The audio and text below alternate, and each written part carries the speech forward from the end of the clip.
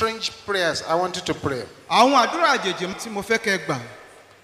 Whether you understand the prayers or not, Bóyá òye àwọn àdúrà yé yín tàbí kò yé yín. I recommend you pray with merciless Mo violence. gbà yín ní ìmọ̀ràn pé kẹ́ gbà á pẹ̀lú ipá tí ò ní àánú nínú. Immediately the process of this prayer starts. Ní kété tí ètò àdúrà gbígbà yìí bá bẹ̀rẹ̀. You, that person in this gathering, Ìrẹ ẹni náà tó wà nínú ìpàdé yìí. marks appear and disappears from your body. Àwọn àmì lónírúurú farahàn wọ́n sì ń parẹ́ ní àgọ́ ara rẹ. Those evil marks Àwọn àmì bí wọ̀nyí. that have been bringing you bad luck Ó mórí burúkú bọ́ ọ. shall vanish instantly. Wọ́n pòórá ní ojú ẹsẹ̀.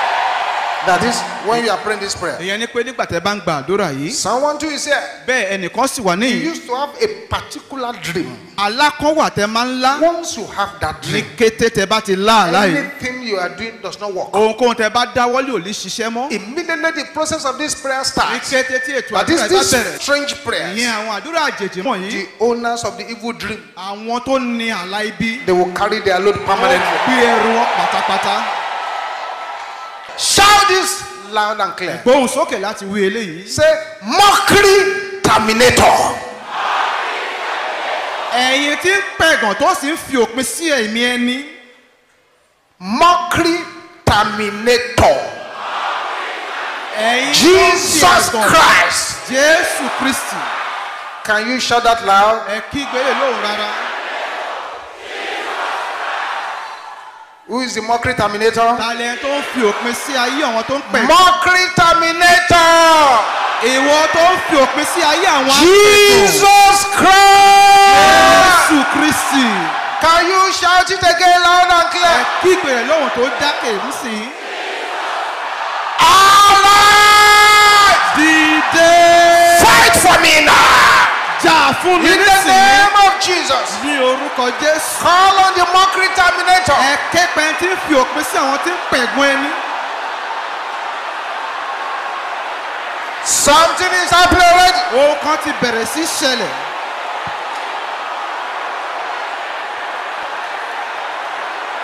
Jesus. Jésù.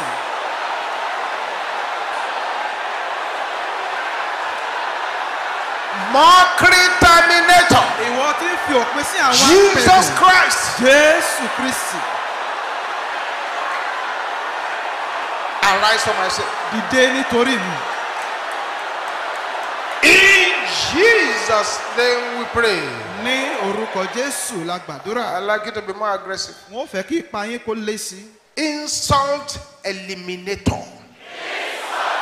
Ìwọ tí ń mú ẹ̀gàn kúrò. Jesus Christ. Jésù Kristi. Eliminate my insult. Mú ẹ̀gàn mi kúrò. Can I hear the sisters shouting Ẹ it? jẹ́ kí n gbọ́ kí àwọn arábìnrin kó wí. The sisters, your voices are not loud enough. Ẹ̀yin arábìnrin ẹ̀ gbóhùn yín sókè tó. Can I hear the sisters shouting it again? Jẹ́ kí àwọn arábìnrin kó tún kígbe rẹ̀. Brothers, let your voice roar like Ẹ̀yin thunder. arákùnrin ẹ jẹ́ kó wí ró bí àrá. Everybody shouting it loud. Gbogbo ẹ jẹ́ ká gbóhùn wa sókè. In the name of Ní Jesus. orúkọ Jésù. Something is happening as you are praying this prayer. Ọkàn tí ń ṣẹlẹ̀ bẹ́ẹ̀ tí ń gba àdúrà yìí. Call on the insult eliminator. Képele tí máa ń mú àrífín kúrò.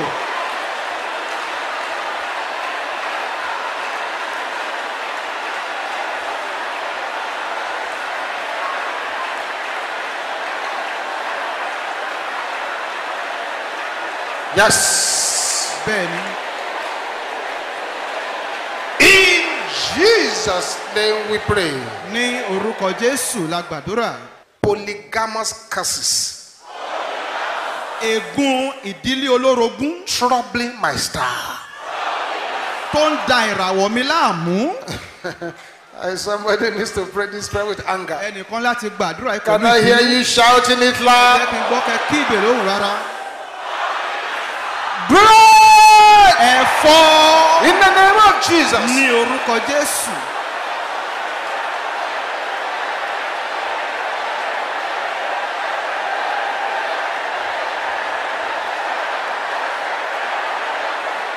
Break the polygamous curses. ẹ fọ́ gbogbo ègún ìdílé olórogún.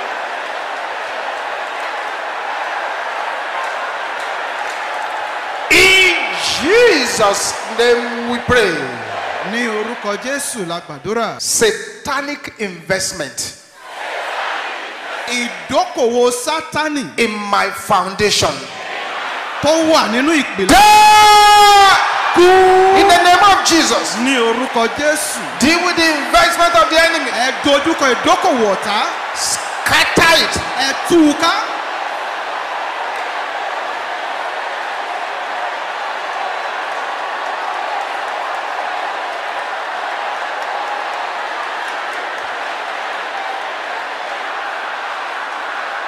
In Jesus' name we pray. Ní orúkọ Jésù la gbàdúrà. Now with a voice as loud as thunder, Nísìn pẹ̀lú ohùn tó lọ sókè bí àrá. make this declaration. Ẹ kéde àṣẹ yìí. Say, let the candle Jẹ́ kí àbẹ́là of the wicked tí ẹni ìkà be put off. kó kú. Can I hear the sisters shouting this? Ẹ jẹ́ kí n gbọ́ kan arábìnrin wí. Sisters shouting it with more aggression. Ẹ̀yin arábìnrin ti pa yín pọ̀ jù bẹ́ẹ̀ lọ. Brothers, can I hear you shouting the same Ẹ̀yin thing? arákùnrin jẹ́ n gbọ́ kẹ́ wí ohun kan náà.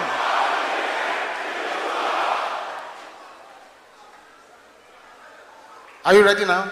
Ṣé ti ṣetán It's a nísìnyí? declaration which you must make 7 hot times. Kéde tẹ́ ó sọ ní ìgbà méje tó gbóná You jọjọ ní. now had in the name of Jesus. Ẹ wá parí rẹ̀ pẹ̀lú ní orúkọ Jésù. Number 1. Ìkíní, Number 2. ìkejì, Number 3. ìkẹta, Number 4. ìkẹrin, Masika prayer. àkópa sùkà. Number 5. Ìkarùn-ún, Number 6. ìkẹfà, And number 7. ìkeje.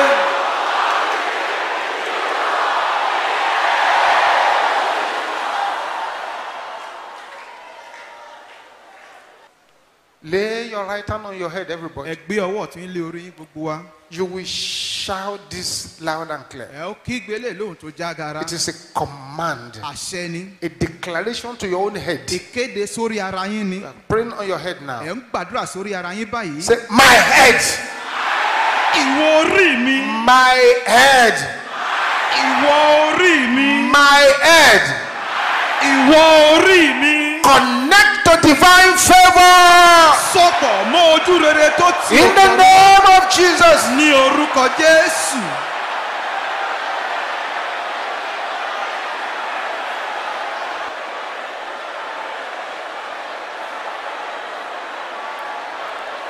Connect to divine favor. Sọ̀pọ̀ mọ́ ojú rere àti ọ̀rọ̀ In wa. the name of Ní Jesus. orúkọ Jésù.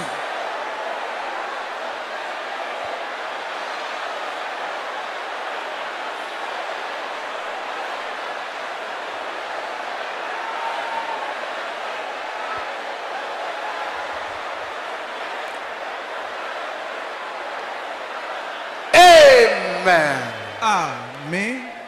Retain the hand on the head. Ẹ jẹ́ kí ọwọ́ náà wà lórí Please síbẹ̀. don't say anything. Ẹ jọ̀ọ́ ẹ má sọ ohunkóhun. Don't even say amen Ẹ má tilẹ̀ ṣàmí. until I ask you to talk. Títí n ó fi ní kẹ́ sọ̀rọ̀. Father, I'm praying here Bàbá mò ń gbàdúrà níhìn. concerning anyone here Nípa ẹni yòówù tó wà níhìn. that a witchcraft person Tí ẹni àjẹ́ kan laid hands on your head. tó gbé ọwọ́ lé e lórí. A witchcraft person Ẹni àjẹ́ kan help you to make your hair. òun ló bá yín dirun. A witchcraft person Àjẹ́ kan chanted on your head. òun ló pọ̀fọ̀ lé yín lórí. A witchcraft person Ẹnìkan tó jẹ́ àjẹ́ took your hair away. ó mú irun Mapota Rina, likaribo setila Polika lakatende raba. Apopolia. Father, Bàbá such people in this gathering, irúfẹ́ àwọn ènìyàn tó wà let them begin to experience jẹ́ kó bẹ̀rẹ̀ sí ní the ìrírí. fire, the Iná power, the agbára fire, the iná power, the agbára fire, the iná power, the agbára fire, the iná power, the agbára fire, the iná power, the fire, the power, the fire, the iná power. agbára. In the name of Jesus, Ní orúkọ let the Jésù. yoke upon that Kí head àjàgà tó wà lórí rẹ̀ break kó now. fọ́ In the name of nísìnyí. Jesus, Ní orúkọ Jésù. the head is on fire. I Orí told náà you. wà nínú náà mo wí fún yín. Say this after me. Ẹ wí eléyìí tẹ̀lé mi. I cast down Mo fà lulẹ̀. every wicked imagination Gbogbo èrò búburú fashioned against my life. tán ṣe lòdì sí ayé mi.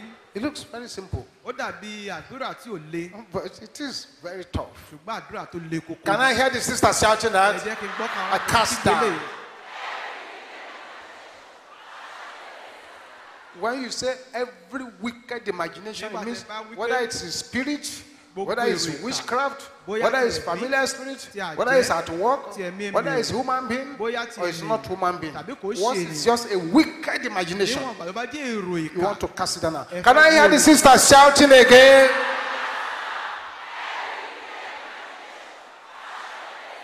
Brothers, can I hear you shouting the same thing? Arákùnrin jẹ́ nǹkan kẹ́ wí ohun kan náà. Everybody together now. Gbogbo wa lápapọ̀ nísìnyí.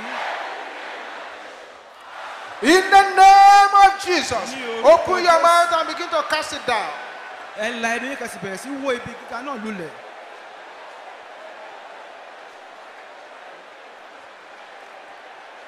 Jesus. Jésù.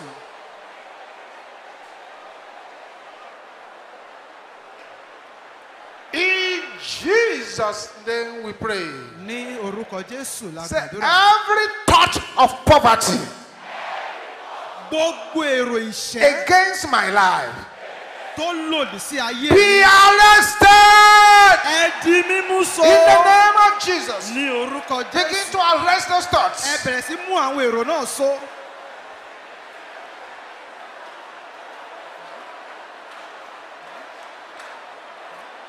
In Jesus' name we pray. Ní orúkọ Jésù la gbàdúrà. Powers Ẹ̀yin agbára assigned to convert my life to a dustbin.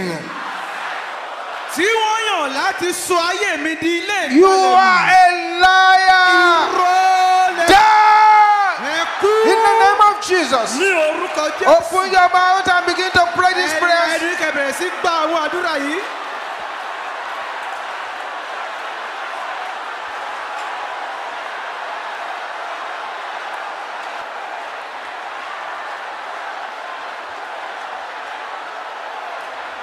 In Jesus' name we pray. Ní orúkọ Say, Jésù. I pull down Mo fà á lulẹ̀. every stronghold of the enemy in my family. Gbogbo ibi gíga ọ̀tá nínú In the ẹbí mi. name of Jesus. Ní orúkọ Jésù.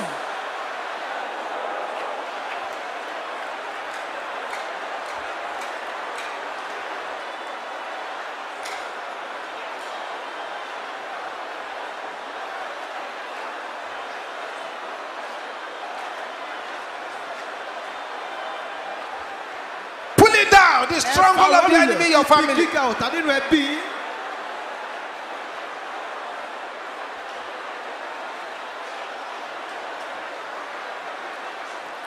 In Jesus' name we pray. Ní orúkọ Jésù. Powers assigned to disgrace me. Ẹ̀yin agbára tó bẹ̀rẹ̀ Your lọ́wọ́ láti time tóbi is tì yín. up. Àkókò yìí. Die Ẹ kú. in the name of Jesus. Ní orúkọ Jésù.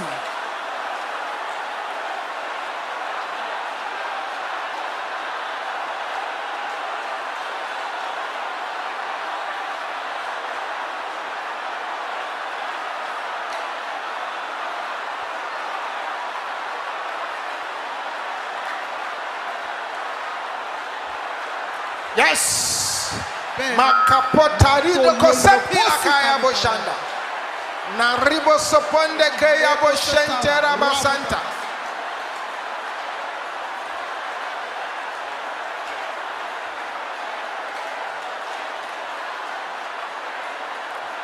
In Jesus' name we pray. Ní orúkọ Jésù la gbàdúrà. Stretch your right hand towards this altar. Ẹ na ọwọ́ ọ̀tún yín sí ọ̀kan ìpẹpẹ yìí. Father, Bàbá, let the power of glory revival ẹ jẹ́ kí agbára ìsọjí ògo enter ìsọjí into these hands now. kó wọ inú ọwọ́ wọ̀nyí lọ nísìnyí. Let this power of glory revival Ẹ jẹ́ kí agbára ògo ìsọjí yìí recover your certificates. kó wá ìwé ẹ̀rí rí. Recover your employment. Recover your children. Recover your marriage. Recover your finances. Recover your glory. In the name of Jesus. Lay that hand upon your head now. Lay it upon your head. That's right.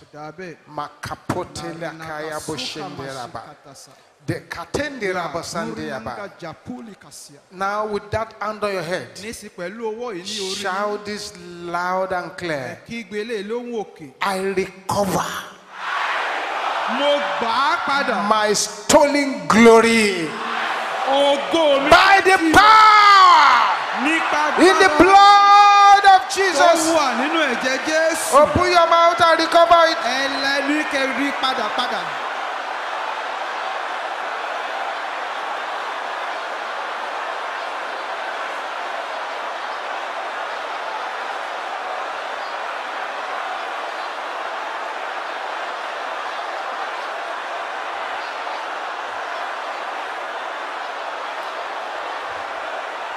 I recover my stolen glory by the power in the blood of Jesus.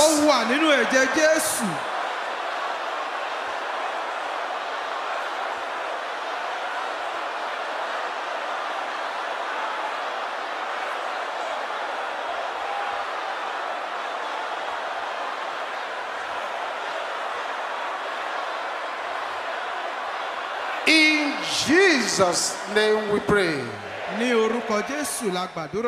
Every information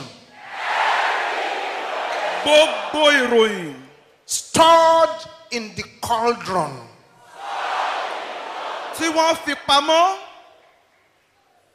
stored in the cauldron against me,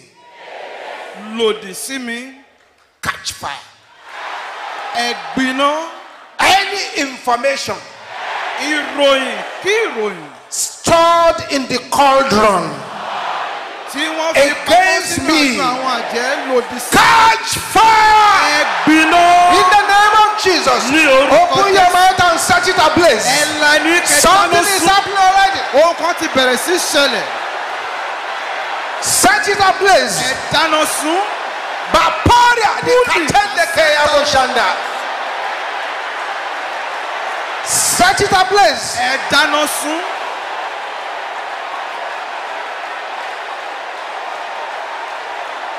Thank you, Jesus. Continue.